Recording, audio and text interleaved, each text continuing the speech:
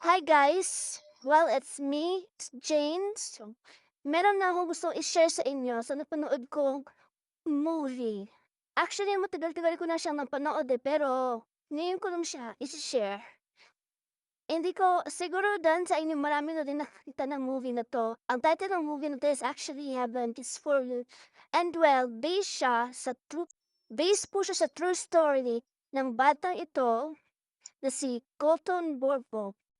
Well po, si Colton Borpo, nung 4 years old pa lamang po siya is nag-undergo po siya sa emergency undergo surgery po. So, akala ng parents niya na mawawala na sa kanila yung anak nila.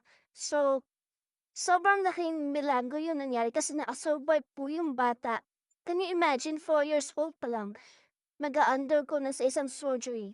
So, sobrang thankful yung parents niya kasi naka-survive siya. So, para sa kanila, miracle to yun.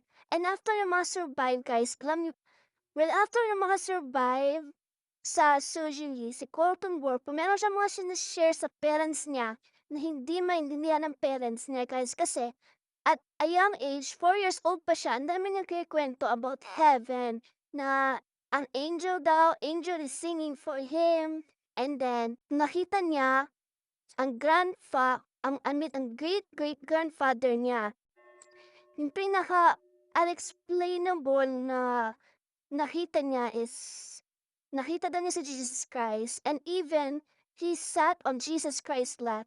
And one time, yung tatay niya is pumayag pumayag yung tatay niya na ma-interview yung anak niya na si Colton Borpo. And one time in that interview, yung interviewer nag-ask sa kanya na ano daw yung itsura ng heaven? According to Golden Whirlpool, heaven daw is more beautiful than this place daw. And then, according to him, Jesus Christ has a marker sa kamay at sa paa. So, after ng mga pangyayari yun, yung tatay niya naguguluhan kasi at a young age, sobrang bata pa ni Golden Whirlpool that time. Meron na siyang mga nakikita o ibabahagi na hindi sila makapaniwala. So one time, yung tatay niya, may nakita sa isang website or sa Google, diba? Itong si Akiana. And well, si Akiana, meron din siyang vision about Jesus Christ. So, ang ginawa ni Akiana, si Akiana pala isang artist. Isa siyang magaling na painter. So, one of his famous paint niya is itong Prince of Peace, which is meron din siyang vision about Jesus Christ.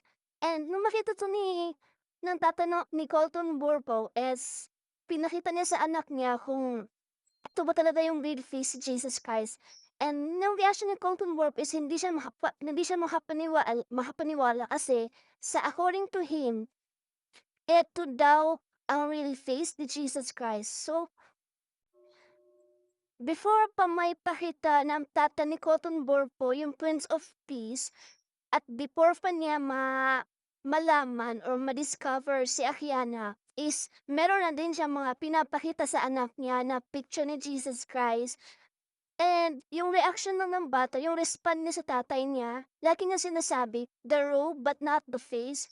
Tapos, nung may pakita na ito ng niya, ang tatay ni Cotton Borpo sa kanya, as in, parang goosebumps daw, hindi daw makapagsalita yung bata. Kasi sabi ni Colton Borpo na, that's him. So, in your opinion guys, naniniwala ba kayo na yung nangyari sa kanila ba ay coincidence or, I mean, totoo ba or hindi?